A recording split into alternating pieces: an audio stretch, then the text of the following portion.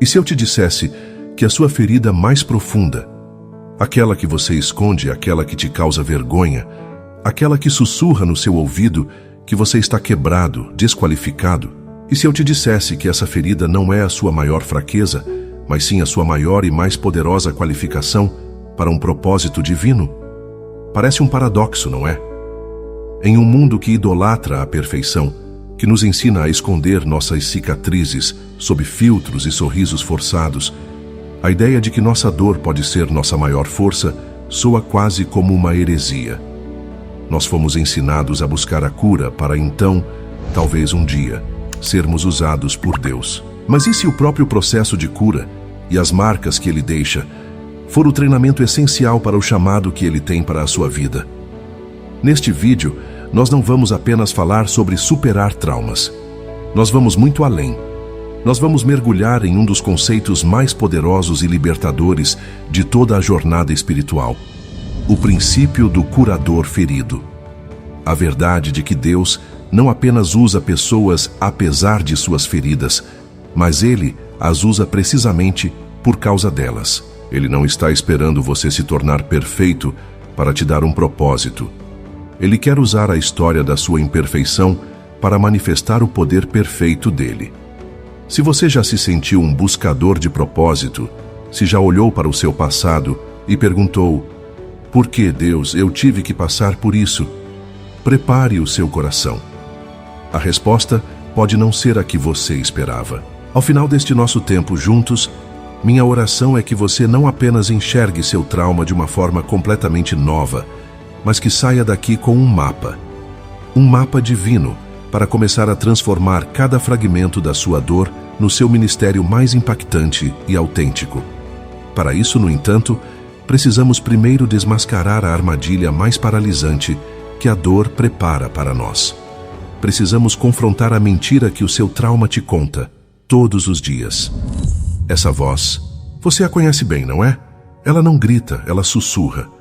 Ela aparece naqueles momentos de silêncio, quando você está sozinho com seus pensamentos, talvez tarde da noite. E ela diz coisas como: ninguém pode saber disso. Se eles soubessem quem você realmente é, o que você passou, eles te olhariam diferente. Essa voz te convence de que você carrega uma mancha, uma marca invisível que te separa dos outros, das pessoas normais, das pessoas completas. Essa voz é a personificação da mentira do trauma.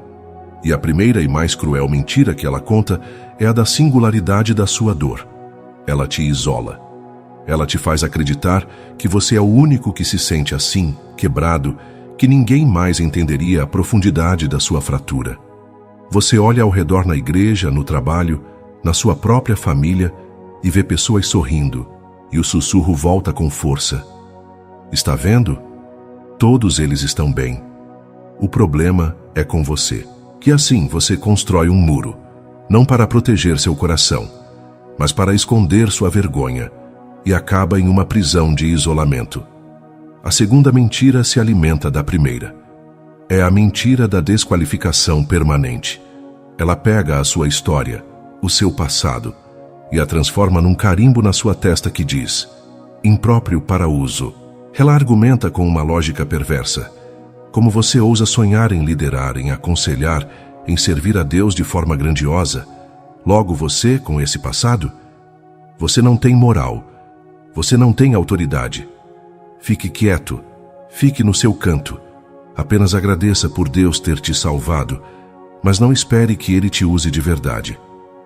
Essa mentira te coloca no banco de reservas espiritual para o resto da sua vida. Ela te convence a se contentar com uma fé de sobrevivência, quando Deus te chamou para uma fé de conquista e propósito. E este é o que tem o poder de quebrar correntes. E se eu te dissesse que essas vozes, esses sentimentos de isolamento e desqualificação, não são um diagnóstico da sua condição espiritual, mas sim uma evidência da sua vocação?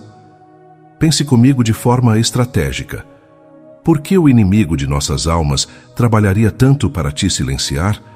Por que ele investiria tanta energia para te convencer de que a sua história é uma fonte de vergonha? É porque ele sabe de algo que talvez você ainda não tenha percebido. A sua história não é o seu passivo, é a sua arma mais poderosa. Ele não te ataca porque você é fraco. Ele te ataca porque a sua cura te tornará perigoso para o reino dele. A estratégia do inferno é simples: isolar para neutralizar.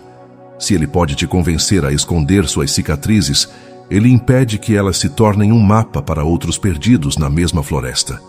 Se ele te faz acreditar que sua voz está manchada pela dor, ele silencia o testemunho que libertaria centenas de cativos. É como um vaso de barro que, após ser quebrado e cuidadosamente restaurado pelo oleiro, acredita que suas rachaduras o tornaram inútil. Ele se esconde no fundo da prateleira, com vergonha de suas linhas de reparo, sem perceber que é justamente através dessas frestas que a luz de dentro agora pode brilhar de uma forma que um vaso perfeito jamais conseguiria. Sua dor, sua luta, seu processo de cura não te desqualificam.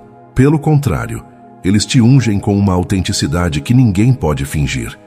E a prova disso não está na psicologia moderna ou em frases motivacionais. A prova está cravada nas páginas da própria Bíblia, nas histórias dos heróis mais improváveis de Deus. E quando olharmos para as cicatrizes mais famosas da história da fé, você vai entender que Deus não tem um plano B para os feridos. Os feridos são o plano A. Sim, os feridos são o plano A de Deus. E a galeria da fé está repleta de retratos de homens e mulheres marcados, cujas cicatrizes se tornaram o selo de sua unção. Pense em Jacó.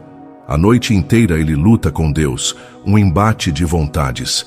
Ele entra nessa luta como Jacó, o enganador, o homem que confiava na própria astúcia.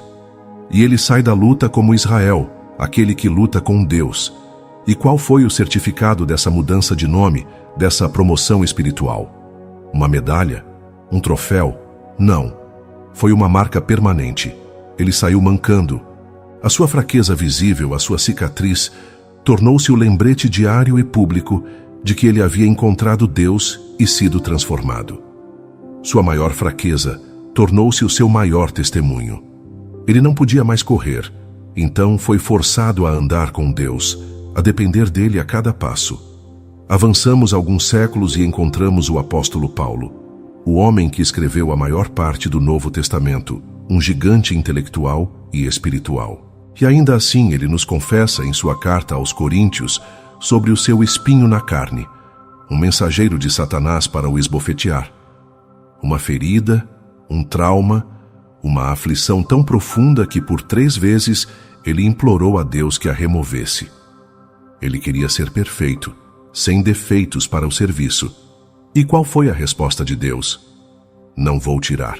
Em vez disso, Deus lhe deu uma revelação que se tornaria o pilar para todos os curadores feridos da história. A minha graça te basta, porque o meu poder se aperfeiçoa na fraqueza. Você entende a profundidade disso? O poder de Deus não é simplesmente suficiente apesar da nossa fraqueza. Ele é tornado perfeito nela. A sua área de maior vulnerabilidade é o portal exato por onde o poder de Deus anseia se manifestar de forma mais espetacular. O espinho de Paulo o impedia de se gloriar em si mesmo, forçando-o a depender totalmente do poder que vinha de Deus. A sua ferida era o canal da sua unção, mas o exemplo supremo, a prova irrefutável de que as cicatrizes são a assinatura de Deus, está no centro de tudo, está no trono da eternidade. No livro do Apocalipse, João tem uma visão do céu. Há um livro selado, o destino de toda a criação, e ninguém no céu, na terra ou debaixo da terra é digno de abri-lo. E João chora amargamente. A esperança parece perdida. Até que um ancião lhe diz: não chores, eis que o leão da tribo de Judá, a raiz de Davi, venceu para abrir o livro. João, esperando ver um leão majestoso e rugindo, vira-se, e o que ele vê? Ele vê um cordeiro, como havendo sido morto. Ele não vê a ausência de feridas, ele vê a evidência delas. As marcas dos pregos nas mãos e nos pés, a ferida da lança no lado.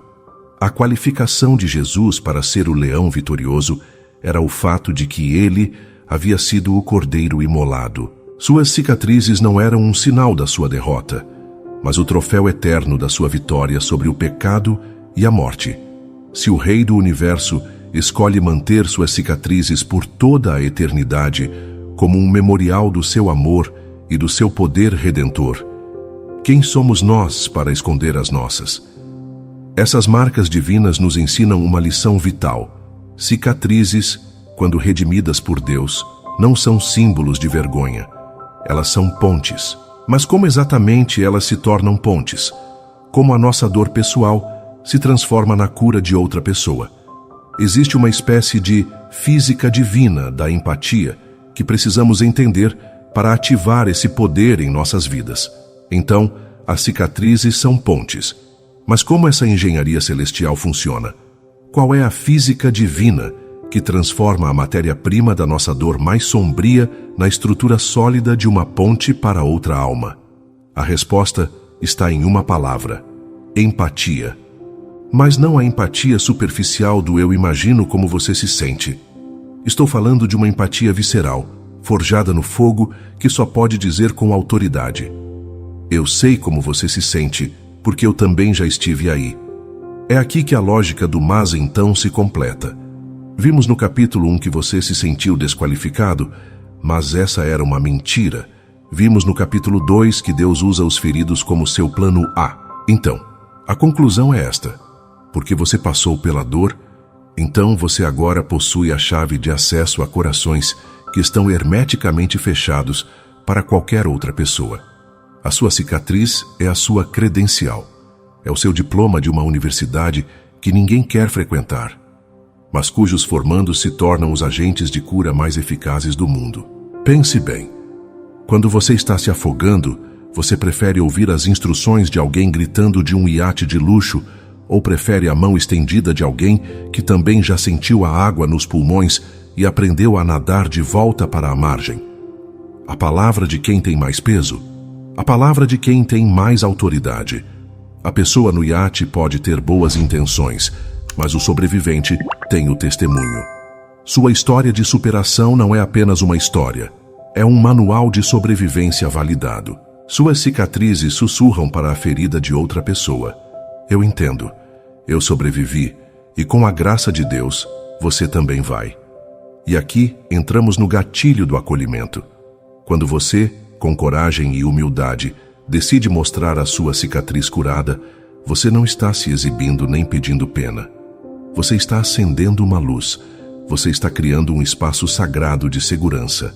Sua vulnerabilidade se torna um convite para que o outro também possa tirar a máscara. É como se você dissesse: veja, eu também sou um vaso restaurado. Suas rachaduras não me assustam. Você está seguro aqui. Nesse momento, a igreja deixa de ser um museu de santos e se torna o que sempre deveria ter sido: um hospital de campanha para pecadores, onde os pacientes que receberam alta ensinam os recém-chegados a aplicar seus próprios curativos. O apóstolo Paulo entendeu perfeitamente essa dinâmica divina. Ele a resumiu em 2 Coríntios, capítulo 1.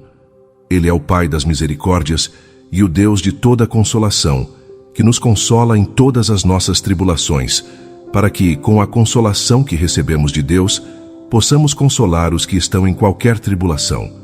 Você percebe a fórmula? A consolação que você recebe de Deus não é um ponto final. É um recurso que foi projetado para ser transferido. Deus não cura você apenas para você. Ele cura você através de você para alcançar outros. Entender essa física da empatia é libertador. Isso significa que sua dor não foi um acidente cósmico, foi uma preparação. Mas saber por que funciona é apenas metade da jornada. A outra metade, talvez a mais misteriosa, é entender como Deus faz isso. Como Ele pega a memória podre de um trauma e a transforma em um perfume que cura. Qual é o processo de alquimia divina que transmuta a dor em autoridade? É isso que vamos desvendar a seguir. A ideia de transformar dor em autoridade é poética, mas como ela acontece na prática, no dia a dia da nossa jornada com Deus? Não é um passe de mágica. É um processo, uma verdadeira alquimia espiritual, onde Deus, o mestre alquimista, usa ingredientes específicos para transmutar o chumbo da nossa dor no ouro do nosso propósito. E o primeiro ingrediente é a entrega. Enquanto a ferida for apenas sua, ela tem poder sobre você. Você a protege, a esconde, a alimenta com seus pensamentos. A alquimia começa quando você entrega a ferida a Deus. Isso não é apenas orar pedindo para a dor passar. É um ato de rendição, como o de um paciente que finalmente confia no cirurgião. É dizer: Deus, isto dói. Está além da minha capacidade de curar. Eu te entrego a ferida, as memórias, a vergonha, a raiva. Eu te dou permissão para mexer onde mais dói. É nesse ponto que a cura deixa de ser sua responsabilidade e passa a ser a obra-prima dele. O segundo ingrediente é o perdão, e este é talvez o mais difícil. O perdão não é um sentimento, é uma decisão. É a decisão de cancelar uma dívida que você acredita que lhe devem. Seja perdoar quem te feriu, ou, muitas vezes, o mais difícil, perdoar a si mesmo. Enquanto você se apega à falta de perdão, você permanece acorrentado à pessoa ou à circunstância que te machucou. O perdão não liberta o ofensor, ele liberta o ofendido. É você, espiritualmente, dizendo: eu não vou mais permitir que o que você fez defina o meu futuro. Eu entrego o julgamento a Deus e eu escolho andar em liberdade. Sem o perdão, a ferida nunca cicatriza de verdade. Ela apenas infecciona por baixo da superfície. O terceiro e mais crucial ingrediente é a ressignificação pela palavra. É aqui que a mente é renovada. Você começa a intencionalmente substituir as mentiras que o trauma te contou pelas verdades que a Bíblia conta sobre você. Quando a voz da vergonha disser "você está manchado", você declara em voz alta Romanos 8:1. Nenhuma condenação há para os que estão em Cristo Jesus. Quando a voz da desqualificação disser "você não pode ser usado", você responde com 2 Coríntios 12:9. O poder de Deus se aperfeiçoa na minha fraqueza. Isso não é autoajuda. É uma guerra espiritual pela sua identidade. Você está ativamente demolindo as fortalezas de mentiras na sua mente e reconstruindo sobre a rocha da verdade de Deus. É neste processo que a dor começa a perder seu poder sobre você e você começa a ganhar autoridade sobre ela. E aqui precisamos fazer uma distinção vital. Existe uma diferença abismal entre falar de uma ferida aberta e testemunhar de uma cicatriz curada. Falar de uma ferida aberta gera pena e muitas vezes mais dor. É o que chamamos de vazamento de trauma. Mas testemunhar de uma cicatriz curada gera esperança. A ferida aberta diz: olhe para mim, estou sofrendo. A cicatriz curada diz: olhe para Deus, Ele me restaurou. A autoridade não vem da experiência da dor, mas da experiência da redenção de Deus sobre a dor. Você só pode levar alguém até onde você mesmo já foi. Por isso, o processo de cura pessoal não é egoísta. É a sua preparação essencial para o ministério. Quando você entrega, perdoa e ressignifica, a sua história muda de tom. Deixa de ser um lamento e se torna um hino. Deixa de ser um atestado de incapacidade e se torna um troféu da graça de Deus. E é com esse troféu em mãos que você está finalmente pronto para receber o seu mapa. O mapa que te guiará para fora do deserto da dor e para a terra prometida do seu propósito. Um mapa só é útil quando você o usa para dar o próximo passo. E o seu chamado para ser um curador ferido não precisa começar em um grande palco ou com um ministério formal. Ele começa com um passo de coragem, exatamente onde você está. Então aqui está o seu mapa prático, com 4 passos iniciais para você começar a trilhar esse caminho de propósito. Passo 1. Aproprie-se da sua história. Pare de lutar contra o seu passado e comece a vê-lo como o seu currículo espiritual. Pegue um caderno e, pela primeira vez, escreva a sua história não como uma tragédia, mas como um épico de redenção. Identifique os pontos de virada, os momentos em que você sentiu a mão de Deus, mesmo que na época não percebesse. Dê um nome a cada capítulo da sua vida. Ao fazer isso, você tira a história do campo da emoção caótica e a traz para o campo da reflexão estratégica. Você deixa de ser a vítima da sua história e se torna o narrador, o curador dela, em parceria com o Espírito Santo. Passo 2. Identifique a mensagem na sua dor. Toda história de redenção tem uma mensagem central. Qual é a sua? Se você lutou contra o abandono, talvez sua mensagem seja sobre a fidelidade de Deus como Pai. Se você lutou contra a ansiedade, talvez sua mensagem seja sobre encontrar a paz que excede todo entendimento. Pergunte a si mesmo: qual foi a maior lição que Deus me ensinou através da minha maior dor? Essa lição é o seu tesouro. É a essência do que você tem a oferecer. Sua mensagem não precisa ser complexa. As verdades mais poderosas são muitas vezes as mais simples. Passo 3. Comece onde você está e com o que você tem. A paralisia da perfeição é a armadilha mais comum para o buscador de propósito. Você acha que precisa de um diploma, de um púlpito ou de milhares de seguidores para começar. Isso é uma mentira. Seu ministério começa na sua esfera de influência imediata. É o colega de trabalho que parece sobrecarregado. É o membro da sua família que está silenciosamente sofrendo. Seu primeiro ato de serviço pode ser tão simples quanto enviar uma mensagem dizendo: estou pensando em você e orando por você hoje. Ou talvez seja compartilhar um versículo que te ajudou, sem nenhuma pretensão. Não despreze os pequenos começos. O oceano é feito de gotas, e os maiores ministérios são construídos sobre pequenos atos de obediência e compaixão. Passo 4. Encontre a sua tribo para servir. Quem são as pessoas que mais se conectariam com a sua história? Quem são as pessoas cujo sofrimento ecoa o seu próprio passado? Essa é a sua tribo. Talvez sejam jovens lutando com a identidade, casais passando por crises, ou pessoas lidando com o luto. Quando você identifica para quem a sua mensagem é mais relevante, seu propósito ganha foco. Você não precisa falar para todo mundo.